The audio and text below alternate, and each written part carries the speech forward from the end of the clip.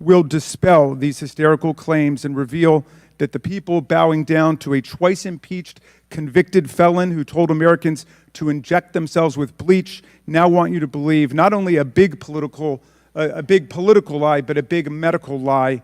Dr. Anthony Fauci's testimony at the House Committee was his first public testimony since he retired. This hearing was all about looking into different aspects of the U.S. response to the COVID-19 pandemic and Fauci's role in it. I do want to say I'm sorry about the threats that you have received. As someone who's been shot at and received threats as well, my heart goes out to you. This should never happen in America. Regardless of any disagreements we may have, you chose to serve, and I want to extend our appreciation and gratitude. I want to thank you publicly for working with our Doctors Caucus during Operation Warp Speed and the time you spent with us and Dr. Collins. I also want to thank you for your willing cooperation with the Select Subcommittee. You have voluntarily sat for more than 14 hours of testimony and are appearing voluntarily today. This is more than we can say about other witnesses we have called, and we appreciate it. So at that, I'd like to recognize Mr. Raskin with the remaining time. Thank you, Dr. Ruiz. Public health is a matter of urgent and comprehensive public concern. Under Donald Trump, when the COVID-19 pandemic began and spun out of control, we came close to becoming a failed state, which the political scientists define as a state that cannot deliver the basic goods of existence to its people. According to Dr. Deborah Birx, Donald Trump's own COVID-19 advisor, America unnecessarily lost hundreds of thousands of people because of the recklessness and indifference of Donald Trump and his administration. Now the people who brought you the political big lie, claiming absurdly that Trump won the 2020 election, which he lost by more than 7 million votes, now bring you the medical big lie, making the outlandish claim that Dr. Fauci was responsible for causing COVID-19. Using the Select Subcommittee as a platform for this disinformation, House Republicans now find themselves in the familiar position where their own investigation debunks their runaway political rhetoric. Just like the broader committee's impeachment drive proved only that there were no presidential crimes, much less high crimes and misdemeanors attributable to Joe Biden, the investigation of Dr. Fauci shows he is an honorable public servant who has devoted his entire career to the public health and the public interest, and he is not a comic book supervillain. He did not fund research to create the COVID-19 pandemic. He did not lie to Congress about gain-of-function research in Wuhan. And he did not organize a lab leak suppression campaign. Today, Dr. Fauci's testimony, along with the thousands of pages of documents and dozens of closed-door testimony provided to House Republicans as part of the COVID origins investigation, will dispel these hysterical claims and reveal that the people bowing down to a twice-impeached convicted felon who told Americans to inject themselves with bleach now want you to believe not only a big political lie, but a big medical lie, too. I hope that this committee will be able to correct all of the propaganda and disinformation today, and we will be able to actually return to what the good ranking member has said, which is an authentic investigation of the origins of the pandemic. And I will yield back to the gentleman. Dr. Anthony Fauci faced intense scrutiny from various committee members, including Mr. Wenstrup. Wenstrup, the chairman of the Select Subcommittee on the coronavirus pandemic, highlighted several key issues. He criticized Dr. Fauci for the systemic failures in the U.S. public health system during the COVID-19 pandemic. He emphasized that Dr. Fauci admitted to signing off on all NIAID research grants without reviewing them and was often unable to recall crucial details about COVID-19 origins and related policies over 100 times. Prior to the pandemic, NIAID awarded at least 3 grants via the New York Blood Center to Dr. Zhao Yusen. Are you aware of these? I'm sorry, to Dr. Yusen Zhao. Are you aware of those grants? I'm sorry, the name of the person? Dr. Yusen Zhao. Your microphone is not on, Doctor. Your microphone is not on. I'm not familiar with that name. Okay. Well, NIAID awarded at least 3 grants via the New York Blood Center to that scientist. He was a high-ranking Chinese PLA official and director of a lab at the Chinese Academy of Military Medical Sciences. Does it concern you if U.S. taxpayer dollars are funding someone like this? Grants that are submitted to the NIAID go through a very Does extensive... it concern you? I'm not talking about the process Well, I right don't now. know Does it anything concern you that that U.S. taxpayer dollars would be going to someone who's a high-ranking Chinese PLA official? Yes or no? I would have to know more about that, Mr. Chairman, Okay. because I don't even Well, know it the concerns person me. you're talking about. Are you or were you ever aware that the U.S. State Department in 2005 issued warnings that the Chinese government was working on the creation of bioweapons?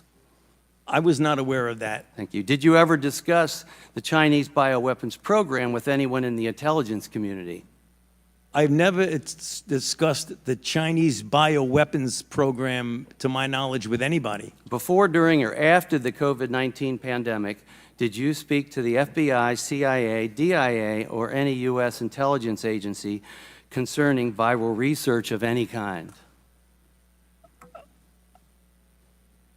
What time frame are you talking about, sir? I said before, during, or after the COVID-19 pandemic. Did you speak to the FBI, CIA, DIA, or any U.S. intelligence agency concerning viral research of any kind? I can't give you the specifics of it, but back in the time of the anthrax attacks, we certainly had a number of briefings of by agencies that were intelligence agencies. I don't remember who they were. It could have been any of the above that you mentioned, about the possibility that there were bioweapons that had fallen into the hands of bad actors, i.e. terrorists, that might have been used potentially as a bioterror attack. That was at a time when we had thought that the anthrax I attacks... appreciate that. I appreciate your expertise in that. Well, that's the answer. But did you at any time talk concerning viral research of any kind? Again, I say that at the time that there was concern about the fact that Al-Qaeda may have been using or potentially using bioweapons, we had discussions with intelligence agencies about that possibility. But not as related to, say, COVID-19. Not to my knowledge about COVID. Now, but let me just make sure we get the facts. After the investigations began about COVID, I was briefed by intelligence agencies about possibilities of there being activities going on in different laboratories. I was briefed by intelligence agencies. Thank you. Science is always open to debate, and it's a benefit. The science supported restricting travel from certain countries at the beginning of the pandemic, and after these orders went into effect, the president was called racist and xenophobic. Dr. Fauci, you said in your transcribed interview that you supported those orders. Dr. Fauci, were those orders racist and xenophobic? No, they were not. Thank you. The vaccine saved millions of lives, and I want to thank you for your support and engagement on that. However, despite statements to the contrary, it did not stop transmission of the virus. Did the COVID vaccine stop transmission of the virus? That is a complicated issue because in the beginning, the first iteration of the vaccines did have an effect, not 100%, not a high effect. They did prevent infection and subsequently, obviously, transmission. However, it's important to point out something that we did not know early on that became evident as the months went by, is that the durability of protection against infection and hence transmission was relatively limited, whereas the duration of protection against severe disease, hospitalization, and deaths was more prolonged. We did not know that in the beginning. In the beginning, it was felt that, in fact, it did prevent infection and thus transmission, but that was proven as time went by to not be a durable effect. Yeah, definitely had positive effect for many people, especially those that were vulnerable. But we knew from the trials that people that got vaccinated still were subject to getting COVID. So was the COVID vaccine 100% effective? I don't believe any vaccine is 100% effective. Mr. Raskin addressed Dr. Fauci with a focus on the efforts and outcomes of the pandemic response. Raskin highlighted the significance of public health measures and the collective achievements in combating COVID-19. He also emphasized that despite the intense scrutiny and political pressures, Dr. Fauci's guidance remained rooted in scientific principles aimed at saving lives and mitigating the virus's spread. He praised Fauci's dedication and underscored the importance of following scientific evidence in public health policy. Member of the full committee, Mr. Raskin from Maryland, for 5 minutes of questions. Okay, first, Dr. Fauci, thank you for your testimony and your extraordinary service to the American people. Let me just start. Was there anything you wanted to clear up in that last exchange where you were interrupted? No, I think I made it clear. I mean, they were talking about my knowing about a lack of compliance. That became clear, Congressman Raskin, well after the fact. It isn't as if they were not complying and I was not monitoring their non-compliance. I didn't know about it until it was a done deal. Gotcha. You've been a scientist and a scientific administrator for 54 years. Is that right? More than a half century? And correct. You were director of the National Institute of Allergies and Infectious Diseases for more than 3 decades. Is that right? 38 plus years. 38 years, okay. And I assume that you've never been accused of trying to start a disease before. Is that right? That is correct. You have devoted your life to fighting infectious diseases for the American people. Is that right? That is correct. I want to go back to this email that you cited in your opening, because I think it goes right to the heart of this campaign of character assassination against you. The claim was essentially that you tried to cover up the possibility of there having been a laboratory leak, which of course is perfectly possible. And if this committee were doing its job, we could actually be working to advance the investigation of that. But they would rather assert that you tried to cover up this possibility. Here's the email that you sent on February 1st at 12:38 a.m. To Christian Anderson, with a copy to Christian Anderson, but you sent it to Professor Jeremy Farrar. Jeremy, I just got off the phone with Christian Anderson, and he related to me his concern about the furin site mutation in the spike protein of the currently circulating 2019 nCoV. I told him that as soon as possible, he and Eddie Holmes should get a group of evolutionary biologists together to carefully examine the data to determine if his concerns are validated. He should do this very quickly. And if everyone agrees with this concern, they should report it to the appropriate authorities. I would imagine that in the USA, this would be the FBI. And in the UK, it would be MI5. It would be important to quickly get confirmation of the cause of his concern by experts in the field of coronaviruses and evolutionary biology. In the meantime, I will alert my U.S. government official colleagues of my conversation with you and Christian and determine what further investigation they recommend. Let us stay in touch. Best regards, Tony. Was this the email where you were putatively trying to cover up the possibility of a lab leak? Yes, Congressman Raskin, and that's the reason why I mentioned in my opening statement that is it inconceivable that anyone could get out of that I was covering anything up.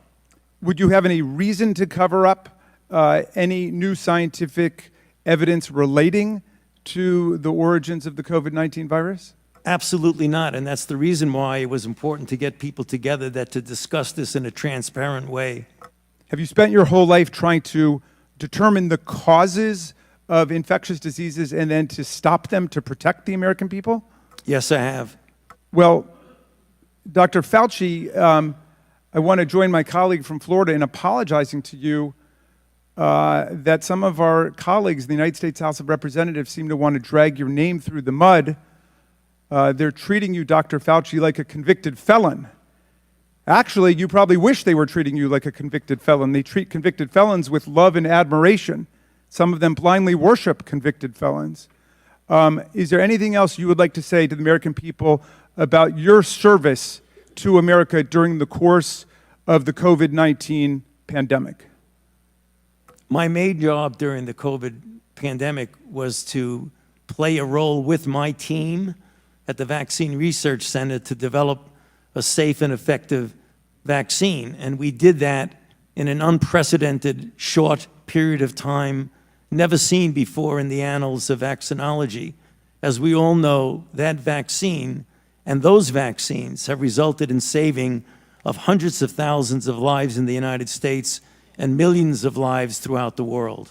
Well, you have fought AIDS and HIV. You have fought COVID-19, and you are fearless in doing so. Do you have any reason to be afraid of scientific evidence or data or the truth?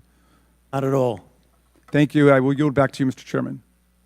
Ms. Malliotakis was furious as she questioned him regarding the COVID-19 pandemic response. Malliotakis criticized Dr. Fauci for what she described as misleading the American public about the origins of COVID-19 and for the policies implemented during the pandemic.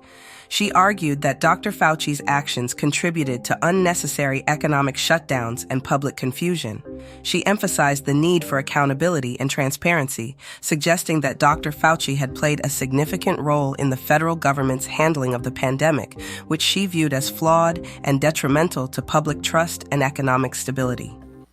Now recognize Ms. Malliotakis from New York for 5 minutes of questions. Thank you, Mr. Chairman. I think many of us in the committee are really disturbed by revelations to this committee that there were officials at NIH that deleted government records, they deleted personal, or they used personal information, personal emails to communicate and circumvent freedom of information laws. So I just had a couple questions about that. Dr. Fauci, did you delete any emails or records related to the Wuhan lab or the origins of the virus? No, I did not. Okay. Dr. Morins said in a May 2021 email, he indicated that he was connecting people to you in a, quote, secret back channel. Do you know what he was referring to? I don't have any idea what he's talking about. There is no back channel at NIAID. Okay, there is, he also said in another email that there is no worry about Freedom of Information Act. I can send stuff to Tony on his private email. Did you communicate with anyone relating to anything regarding NIH or with Dr. Morins on a private email? I do not do government business on my private email. Okay, so have you communicated with Dr. Morins via private email, even if it was not necessarily your definition of government business? It might have been because, as I mentioned in my opening statement, one of his functions is to write chapters, medical scientific chapters with me, so it is conceivable that I communicated with him on my private email when we were writing a chapter, and that was not official What business. about Peter Daszak? No. Okay.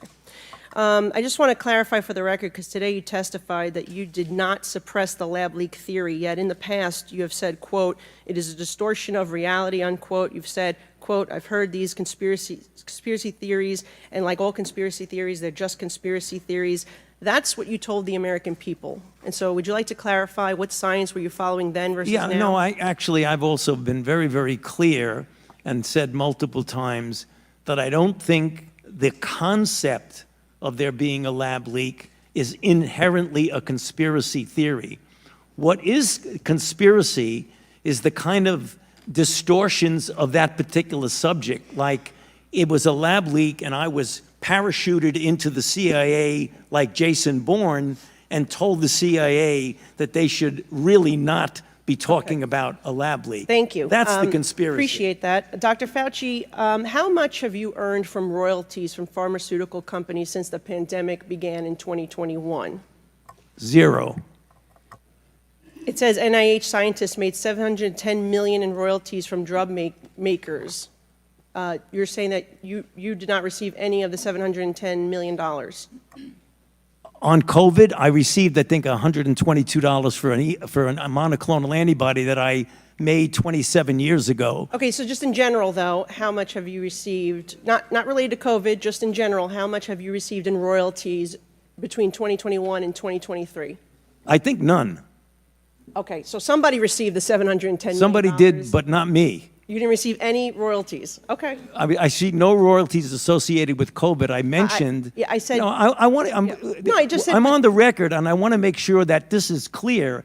That I've developed a monoclonal antibody about 25 years ago that's used as a diagnostic that has nothing to do with COVID, and I receive an average of about $120 a year from that Okay, patent. but the bottom line here is that scientists at NIH did receive $710 million in royalties, and I guess my question is, don't you think that if these experiments are made using American tax dollars, that any of those royalties, this nearly billions of dollars, should be going back to the American taxpayer, not in the pockets of the scientists? Do you believe that's a law that we should consider changing?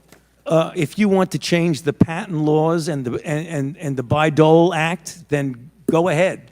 Okay. But that's not for me to Well, say. I'm asking your opinion. Okay, well, anyway, moving on, I just want to say that, we know billions of dollars have been funding these animal experiments, both here domestically and in foreign lands. I'm very troubled by the cruel, horrific animal research that has been done on U.S. land and in foreign laboratories. Taxpayers are footing the bill for billions of dollars. These beagle puppies that have their throats slit, they are being injected with ticks, they are murdered after just a few months, piglets, rabbits, you name it. FDA is saying we no longer need to be testing human medications on animals, that there's other ways to achieve this. Can you comment on that, if it's time for the United States of America to be moving on from these cruel animal and horrific costly tests? I'd be happy to comment, but I'm puzzled as to what that has to do with the origins of COVID. Well, I have a question about it. Okay, and you're I'd be before happy this to committee, answer. and it has to do in general with Yeah. the amount of waste of tax dollars that NIH is using. Well, the animal experiments that are conducted by and funded by NIH go through strict regulations of the proper use of animals in research. So I'm not, Congressman, with all due respect, I'm not trying to be confrontative. I'm not sure what you're talking about, but the experiments that the NIH funded go through strict regulatory processes of the treatment of animals, the humane treatment of animals. Well, they're not very humane, and I will say, as the former director, you signed off on these experiments, and so my time has expired, and we will. Well, I signed off on them because they were approved by a peer review. Mr. Mfume expressed strong support for Dr. Fauci. He praised Dr. Fauci for his long career and contributions to public health, highlighting his dedication and resilience in the face of intense scrutiny and political attacks. Mfume stood strong about the importance of trusting scientific expertise and criticized the politicization of the pandemic response, urging that public health decisions should be driven by science and not by political agendas. This contrasted with some other committee members who were more critical of Dr. Fauci's role and decisions during the COVID-19 pandemic. I now recognize Mr. Mfume from Maryland for 5 minutes of questions. Thank you very much, Mr. Chairman. And by the way, no, we don't have it. So I get tired of hearing we've got it, and then when we ask for it, it's not there. We do not have it, Dr. Fauci, and for everyone watching this. That's just incorrect. Now, let me just say a couple of things. If I sound a little outraged, just because, you know, we sit here and we watch one conspiracy theory after another get debunked. And if I might, on a point of personal privilege, to the gentlewoman from New York who wanted to argue that we should be worrying about testing of human medicines on animals. If this committee really wants to do something, let's talk about the most infamous biomedical research study in the United States, the Tuskegee study, where 400 black men in this country were injected deliberately with syphilis and allowed to die slowly over a 40-year period without any attempt to help them at all. It was condoned by the U.S. Public Health Service. And if we want to talk about testing, let's talk about that as well. I'm going to talk about COVID right now. Mr. Chairman, I have the floor, Mr. Chairman. I want to say to you, Mr. Chairman, I ask you to suspend, please. I want to remind the audience of decorum. Recognize Mr. Mfume. Thank you, Mr. Chairman. I want to thank you and Ranking Member Ruiz for this opportunity.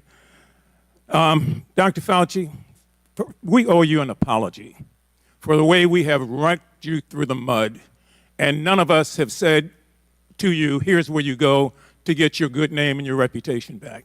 It's the most unfair thing I have seen. If there were evidence, if there were facts that supported the charges, I, like everybody else, would be interested, but we haven't seen a damn thing to suggest that these accusations are accurate. You've been a hero to many for 54 years, 5+ decades. You helped lead this country through the anthrax scare, through AIDS, through Zika, through Ebola, through SARS, and through COVID-19, pandemics and epidemics. We owe you a collective thank you. You are a world-renowned scientist and an American patriot. And whether or not people want to believe that, that's on them. But those facts are undisputable. For a year and a half, the Republican majority on this committee has sought to weaponize genuine scientific questions over COVID-19 and to vilify our public health officials and our nation's scientists with unsubstantiated, with baseless, with allegations that just can't stand the light of day. And so they've tried to do that with COVID-19, and we are here now as a result of the aggregated amount of foolishness that has taken place. And I've always said to this committee, every time I've had a chance to speak, let's go back to when we were in the heart of the pandemic, when our family members and friends and coworkers were dying left and right, when we were afraid to get near anybody, where we wanted to wash down our groceries before we brought them into the house, where we were willing to put on masks or headgear if it would keep us from being infected. And we turned to our leaders and our public health officials and scientists for answers. And we got some, but then we didn't get some. And then we got some later, like Dr. Deborah Birx, who was Donald Trump's expert on the virus, who said, no, bleach won't do it, don't inject yourself with it, and who also said publicly on the record that thousands of American lives could have been spared if we had done what we were being told to do by the scientific community. At least one thing is clear. Those 1 million people who died as a result of these conspiracy theories will never come back. And those families have empty seats at the table year after year. And we do a disservice if, at the very least, we don't acknowledge their deaths and the harm and the hurt that has been done to their families and learn how to find a way to trust science going forward in this country. Dr. Fauci, you've been accused over and over again of going to the CIA headquarters and sitting down and having a meeting with the CIA to construct a way to make sure that COVID raged in this country. Is that correct? That is incorrect. Dr. Fauci, have you been to the CIA office in the last 20 years or headquarters? I went to the CIA decades ago during the anthrax attacks to discuss the possibility of terrorist attacks. Thank you. I wanted to get that on the record because that's just the latest theory now, that you and the CIA director conspired. This is foolishness. People are not going to agree with you. I understand that. But we take and besmirch somebody's good name. Think about if it were one of us. We'd be jumping up and down trying to find a way to get justice. And so on behalf of those of us who are thankful, who are part of many in a grateful nation, thank you for your service, sir. I yield back. Ms. Greene criticized Dr. Fauci over the intelligence community's inability to conclusively determine the origins of the COVID-19 virus, specifically questioning the potential lab leak theory. She expressed frustration with what she perceived as a lack of transparency and accountability from health and intelligence officials regarding the virus's origins. Mr. Chairman, Mr. Fauci, you were quoted on CBS Face the Nation saying it's easy to criticize, but they're really criticizing science because I represent science. Do you represent science, Mr. Fauci? I am a scientist who uses the scientific method to gain information. Yes, you said you represent science. Do you represent science, Mr. Fauci? Yes or no? Yes or no? No, that's not a yes or no answer. Yes, it's a yes or no. I don't think it is. Okay, well, we'll take that as a you don't know what you represent. Oh, But this, as director of the NIH, you did sign off on these so-called scientific experiments. And as a dog lover, I want to tell you this is disgusting and evil, what you signed off on, and these experiments that happened to beagles paid for by the American taxpayer. And I want you to know Americans don't pay their taxes for animals to be tortured like this. So the type of science that you are representing, Mr. Fauci, is abhorrent, and it needs to stop. Mr. Fauci, you also represent the type of science where you confess that you made up the COVID rules, including I didn't hear what you 6 said. feet social distancing and masking of children. I never said I made anything up. You admitted that you made it up. You I made it didn't up say as you went. I made it up. So are you saying this is fake news, Mr. Fauci? I didn't say I made anything up.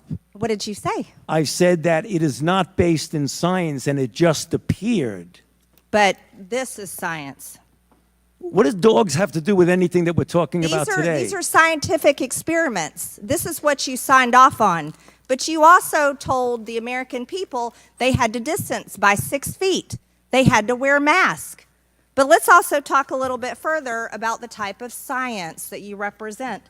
NIH scientists made $710 million in royalties from drug makers, a fact that's been hidden. Let's talk about the fact about, is it right for scientists and doctors getting paid by the American people, government taxpayer paychecks, to get patents where they're paid millions and hundreds of millions of dollars in royalty fees, especially when the NIH and these government agencies, most powerful agencies in our country, are recommending medical suggestions and advice and making up guidelines like 6 feet distancing and masking of children.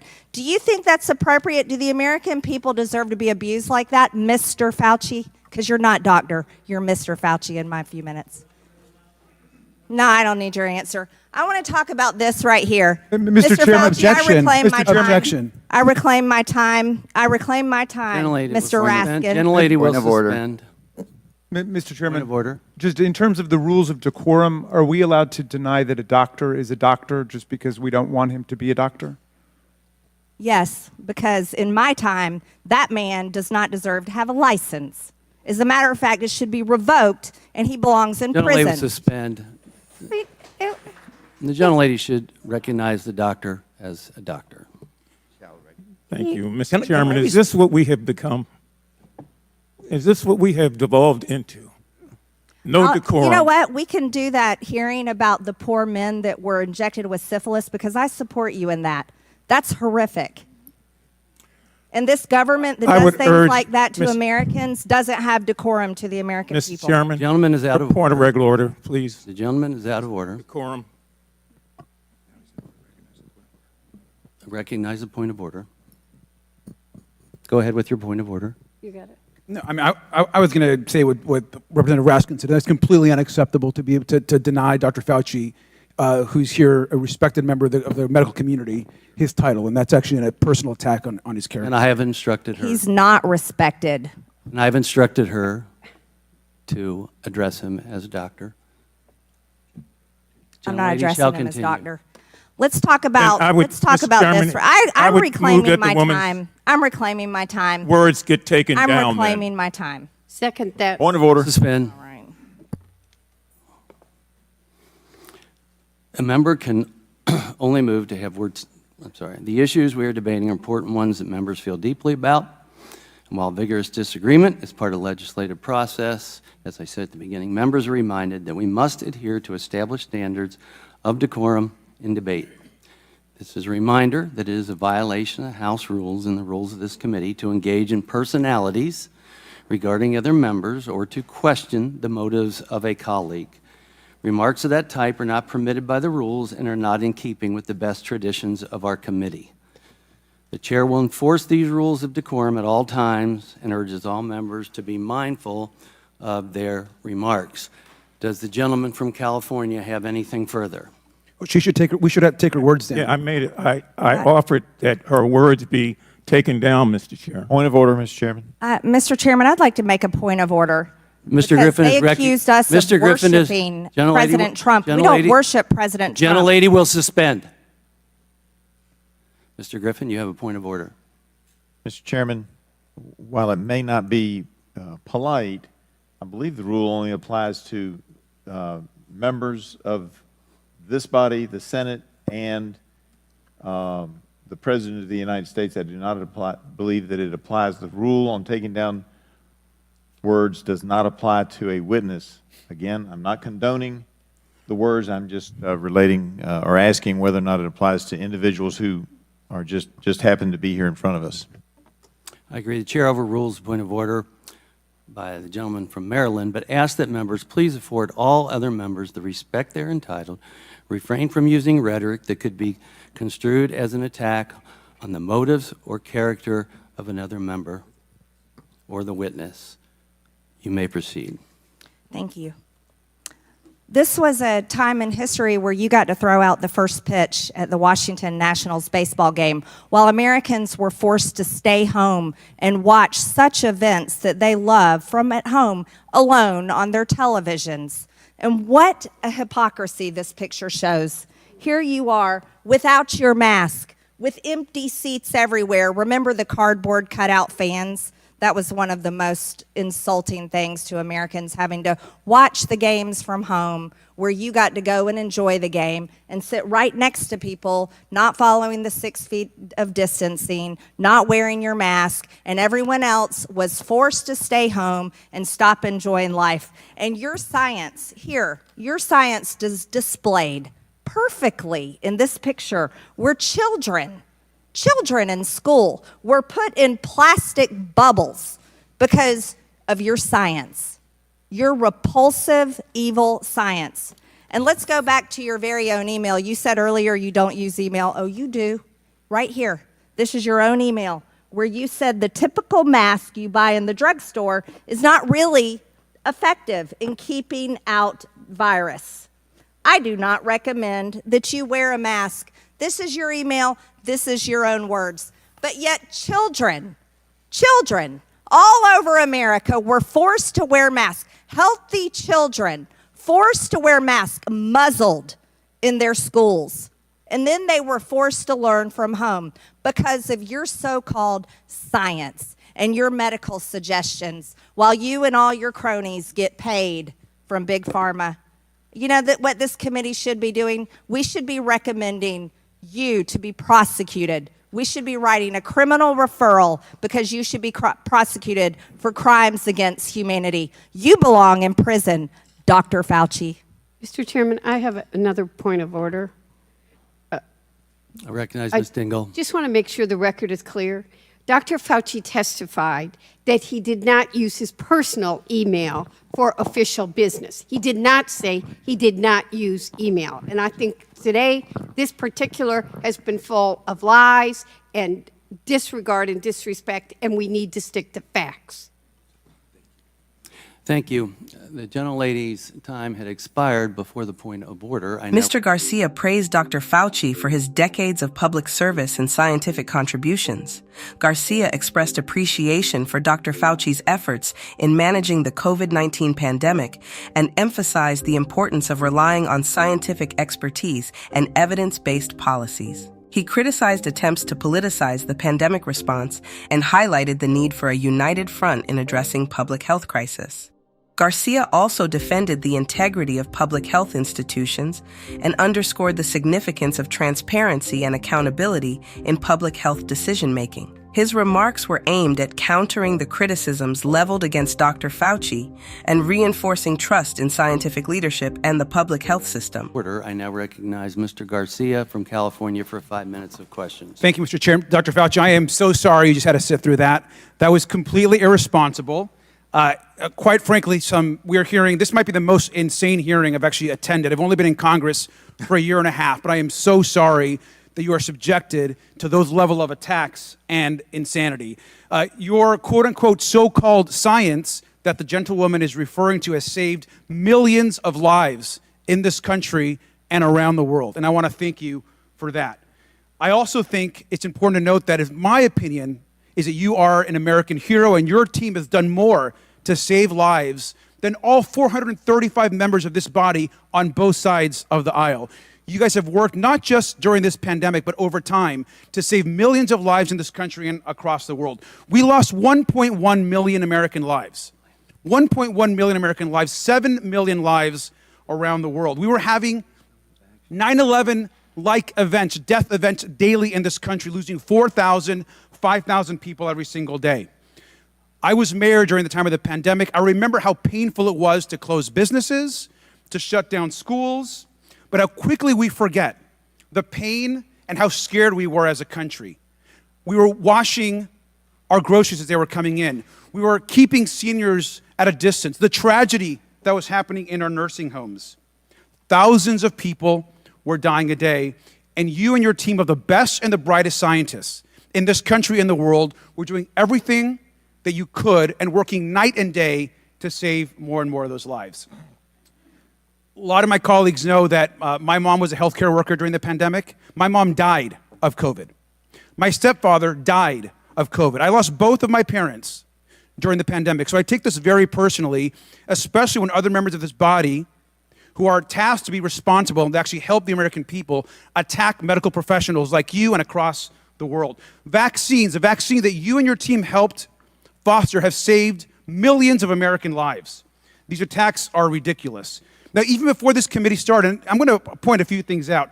Even before this committee started, this same member that just went on this rant introduced the Fire Fauci Act and promoted on a podcast saying that COVID was a bioweapon. That is how insane some of these comments are. And I want to quote this. This is a quote from the same member. "I don't believe in evolution. These viruses were not making people sick until they created them. They weaponize these viruses to be able to attach to our cells and make us sick. It's a bioweapon." The "they created them," sir, is you. They are attacking you and our medical community for actually creating COVID that has caused the deaths of millions. And we know that these extreme comments are targeting public health officials across the country. I also want to show you this other comment. Same member who just attacked you. "The Fauci-funded Wuhan lab created the virus." This is so crazy and irresponsible. In this post, the same member of this committee is accusing you of orchestrating a global conspiracy to create COVID on purpose just to make people get vaccines. That you've done this, sir.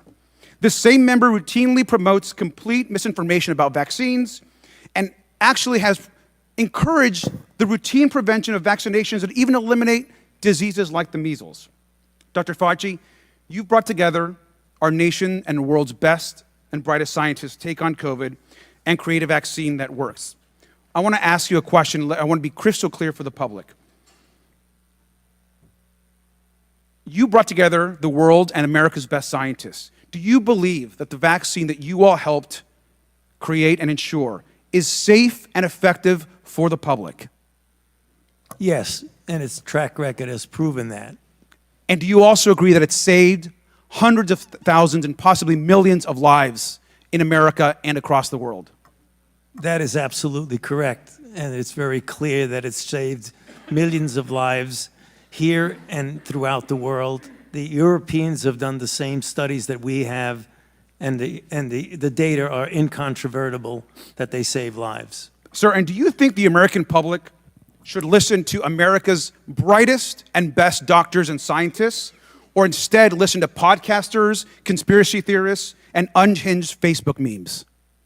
No, listening to people who you just described is going to do nothing but harm people because they will deprive themselves of life-saving interventions, which has happened.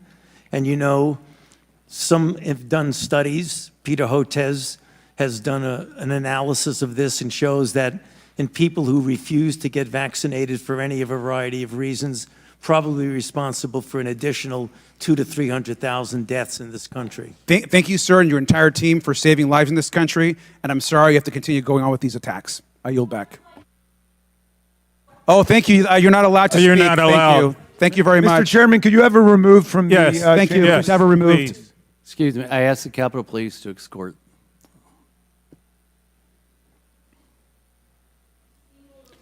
Yep, thank you. She can be removed. Yeah, you can be removed. Actually, you're not allowed to speak. Your time has Take your expired. Starbucks with you. Mr. Garcia, Mr. Raskin, you're out of line. Your times have expired.